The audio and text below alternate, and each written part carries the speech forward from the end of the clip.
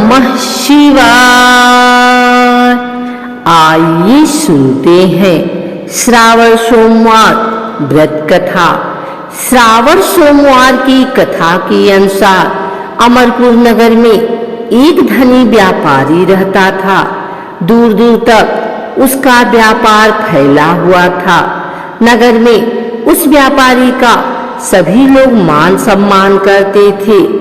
इतना सब कुछ होने पर भी वह व्यापारी अंतर्मन से बहुत दुखी था, क्योंकि उस व्यापारी का कोई पुत्र नहीं था।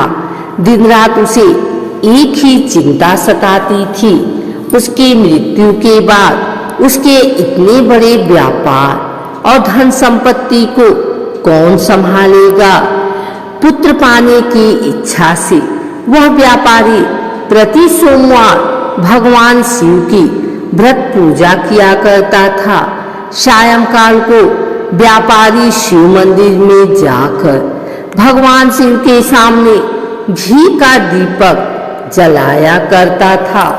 उस व्यापारी की भक्ति देखकर एक दिन पार्वती ने भगवान शिव से कहा, हे प्राणनाथ, यह व्यापारी आपका सच्चा भक्त है।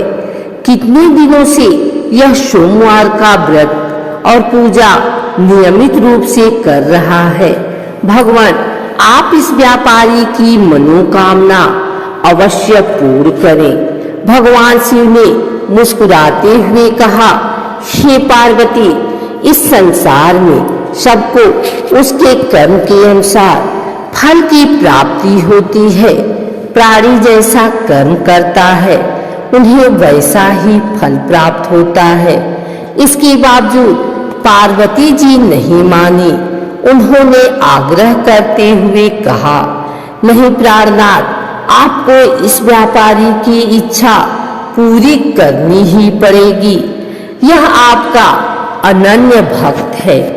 प्रति सोमवार आपका विधिवत व्रत रखता है और पूजा अर्चना के बाद आपको भोग लगाकर एक समय भोजन ग्रहण करता है। आपको इसे पुत्र प्राप्ति का वरदान देना ही होगा। पार्वती का इतना आग्रह देखकर भगवान शिव ने कहा, तुम्हारे आग्रह पर मैं इस व्यापारी को पुत्र प्राप्ति का वरदान देता हूँ, लेकिन इसका पुत्र 12 वर्ष से अधिक जीवित नहीं रहेगा। उसी रात भगवान शिव ने स्वप्न में उस व्यापारी को दर्शन देकर उसे पुत्र प्राप्ति का वरदान दिया और उसके पुत्र के 12 वर्ष तक जीवित रहने की बात भी बताई। भगवान के वरदान से व्यापारी को खुशी तो हुई, लेकिन पुत्र की अल्पायु की चिंता ने उस खुशी को नष्ट कर दिया। व्यापारी पहले की तरह सोमवार का विधिवत व्रत करता रहा। कुछ महीने पश्चात उसके घर अति सुंदर पुत्र उत्पन्न हुआ। पुत्र जन्म से व्यापारी के घर में खुशियां भर गई। बहुत धूमधाम से पुत्र जन्म का समारोह मनाया गया। व्यापारी को पुत्र जन्म की अधिक खुशी नहीं हुई, क्योंकि उसे पुत्र की अल्पायु के रहस्य का पता था। यह रहस्य घर में किसी को नहीं मालूम था। विद्यमान ब्राह्मणों ने उस पुत्र का नाम अमर रखा। जब अमर 11 वर्ष का हुआ तो शिक्षा लेने के लिए उसे वाराणसी भेजने का निश्चय हुआ। व्यापारी ने अमर के मामा दीपचंद को बुलाया और कहा कि अमर को शिक्षा प्राप्त करने के लिए वाराणसी छोड़ आओ। अमर अपने मामा के साथ शिक्षा प्राप्त करने के लिए चल दिया। रास्ते में जहाँ भी अमर और दीपचंद रात्रि विश्राम के लिए ठहरते, वहीं यज्ञ करते और ब्राह्मणों को भोजन कराते थे। लंबी यात्रा के बाद अमर और दीपचंद एक नगर में पहुंचे। उस नगर के राजा की कन्या के विवाह की खुशी में पूरे नगर को सजाया गया था। निश्चित समय पर बारात आ गई, लेकिन वर का पिता अपने बेटे के एक आंख से काना होने के कारण बहुत चिंतित था।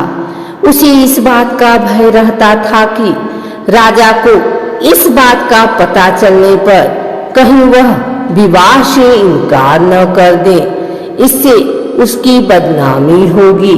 वर के पिता ने अमर को देखा तो उसके मस्तिष्क में एक विचार आया।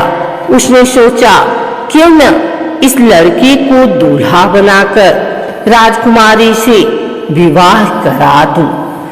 विवाह के बाद इसको धन देकर विदा कर दूंगा और राजकुमारी को अपने नगर में ले जाऊंगा। वर के पिता ने इसी संबंध में अमर और दीपचंद से बात की। दीपचंद ने धन मिलने के लालच में वर के पिता की बात स्वीकार कर ली। अमर को दूल्हे के वस्त्र पहनाकर राजकुमारी चंद्रिका से विवाह करा दिया गया। राजा ने बहुत सा धन देकर राजकुमारी को विदा करना चाहा। अमर जब लौट रहा था तो सच नहीं छिपा सका और उसने राजकुमारी की ओढ़नी पर लिख दिया, राजकुमारी चंद्रिका, तुम्हारा विवाह तो मेरे साथ हुआ था। मैं तो वाराणसी में शिक्षा प्राप्त करने जा रहा हूँ। अब तुम्हें जिस नव युवक की पत्नी बनना पड़ेगा वह एक आंख से काना है। जब राजकुमारी ने अपनी ओढ़नी पर लिखा हुआ पढ़ा तो उसने काने लड़के के साथ जाने से इनकार कर दिया। राजा ने सब बातें जानकर राजकुमारी को महल में रख लिया। उधर अमर अपने मामा दीपचंद के साथ वाराणसी पहुंच गया। अमर ने गुरुकुल में पढ़ना शुरू कर दिया। जब अमर की आयु 12 वर्ष पूरी हुई तो उसने एक यज्ञ किया। यज्ञ की समाप्ति पर ब्राह्मणों को भोजन कराया और खूब अन्न वस्त्र दान किए। रात को अमर अपने शयन कक्ष में सो गया। शिव के वरदान के अनुसार शयनावस्था में ही अमर के प्राण पखेरु उड़ गए।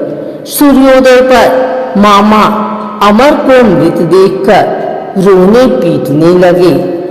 आसपास के लोग भी एकत्र होकर दुख प्रकट करने लगे। मामा के रोने का विलाप स्वर सुनकर समीप से गुजरते हुए भगवान शिव और माता पार्वती ने भी सुना। पार्वती जी ने भगवान से कहा, प्राणनाथ, मुझसे इसके रोने के स्वर सहन नहीं हो रहे। आप इस व्यक्ति के कष्ट अवश्य दूर करें। भगवान शिव ने पार्वती जी के साथ अदृश्य रूप में समीप जाकर अमर को देखा तो पार्वती जी से बोले, पार्वती, यह तो उसी व्यापारी का पुत्र है जिसे मैंने 12 वर्ष की आयु का वरदान दिया था। इसकी आयु पूरी हो गई है। पार्वती जी ने फिर भगवान शिव से निवेदन किया, हे प्राणनाथ, आप इस लड़के को जीवित करें, नहीं तो इसके माता पिता पुत्र की मृत्यु के कारण रो रो कर अपने प्राणों का त्याग कर देंगे। इस लड़के का पिता तो आपका परम भक्त है। वर्षों से सोमवार का व्रत करते हुए आपको भोग लगा रहा है। पार्वती के आग्रह करने पर भगवान शिव ने उस लड़के को जीवित होने का वरदान दिया और कुछ ही पल में वह जीवित होकर उठ बैठा। शिक्षा समाप्त करके अमर मामा के साथ अपने नगर की ओर चल दिया। दोनों चलते हुए उसी नगर में पहुंचे जहां अमर का विवाह हुआ था। उस नगर में भी अमर ने यज्ञ का आयोजन किया। समीप से गुजरते हुए नगर के राजा ने यज्ञ का आयोजन देखा। राजा ने अमर को तुरंत पहचान लिया। यज्ञ समाप्त होने पर राजा अमर और उसके मामा को महल में ले गया और कुछ दिन उन्हें महल में रखकर बहुत सा धन वस्त्र देकर राजकुमारी के साथ विदा किया। रास्ते में सुरक्षा के लिए राजा ने बहुत से सैनिकों को भी भेजा। दीपचंद ने नगर में पहुंचते ही एक दूत को घर भेजकर अपने आगमन की सूचना भेजी। अपने बेटे अमर के जीवित वापस लौटने की सूचना से व्यापारी बहुत प्रसन्न हुआ। व्यापारी ने अपनी पत्नी के साथ स्वयं को एक कमरे में बंद कर रखा था। भूखे प्यासे रहकर व्यापारी और उसकी पत्नी बेटे की प्रतीक्षा कर रहे थे। उन्होंने प्रतिज्ञा कर रखी थी कि यदि उनके अपने बेटे की मृत्यु का समाचार मिला तो दोनों अपने प्राण त्याग देंगे। व्यापारी अपनी पत्नी और मित्रों के साथ नगर के द्वार पर पहुंचा। अपने बेटे के विवाह का समाचार सुनकर पुत्रवधू राजकुमारी चंद्रिका को देखकर उसकी खुशी का ठिकाना न रहा। उसी रात भगवान शिव ने व्यापारी के स्वप्न में आकर कहा, हे श्रेष्ठी, मैंने तेरे सोमवार के व्रत करने और व्रत कथा सुनने से प्रसन्न होकर तेरे पुत्र को लंबी आयु प्रदान की है।